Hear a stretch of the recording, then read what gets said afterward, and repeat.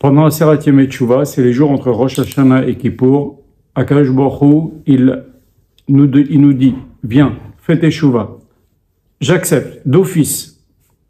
Maintenant, si nous on tarde, ça peut être Kras Veshalom. Quelqu'un il dit, je vais faire Teshuvah 1 minute avant Kippour.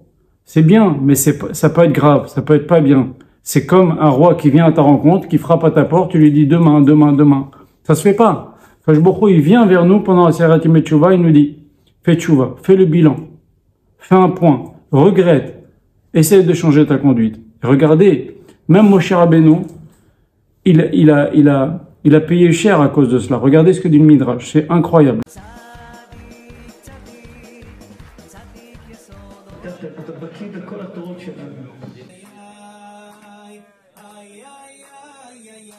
Midrash Rabbah dans Sefer Dvarim dit la chose suivante. En kirvu yamecha lamud, voici les jours de ta mort approchent. Amar Rabbi Yochanan, Eser mitot kutuvot al Moshe. 10 fois, Akadosh Baruch Hu a dit à Moshe Rabbeinu, tu vas mourir dans le désert, tu n'y rentreras pas en Eretz Israël. Quand il a tapé sur le rocher, quand Aaron est mort, il lui dit, bon, ben, vous allez pas rentrer aussi à cause de cette faute-là. Encore une fois, Hachem, il lui rappelle. Il rappelle à Moshe Rabbeinu, tu sais, tu rentreras pas. Moshe Rabbeinu n'a pas prié. Moshe Rabbeinu n'a pas prié pour annuler cette xéra. Qu'est-ce qu'il s'est dit le Midrash? Il s'est dit la chose suivante. À chaque fois que les Israël ont fauté, moi j'ai prié pour annuler la xéra, et Akadosh Baruch Hu leur a pardonné. Alors moi, qui n'ai jamais fauté depuis ma naissance, Akadosh Baruch Hu, c'est sûr que quand je vais prier, il va accepter. Maintenant, regardez ce que dit le Midrash. Il dit la chose suivante. Ivan Chera Akadosh Baruch Hu shekal adavar be'ene Moshe. Quand Akadosh Baruch Hu a vu que finalement Moshe, il s'inquiétait pas trop, il se disait, bah, je prierai plus tard.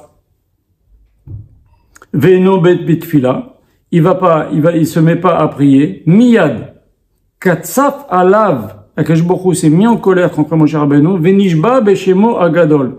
Il a juré. Shelo ikanes. Qui rentrera pas. Donc, jusqu'à maintenant, il y avait une xéra qu'on pouvait annuler. Mais quand il y a une xéra plus sincèrement d'Akadosh Baruch Hu, c'est inannulable. Et toutes les prières qu'il va faire dans Beit Hanan, eh ben, il va pas pouvoir rentrer en Eretz Israël malgré 515 filotes.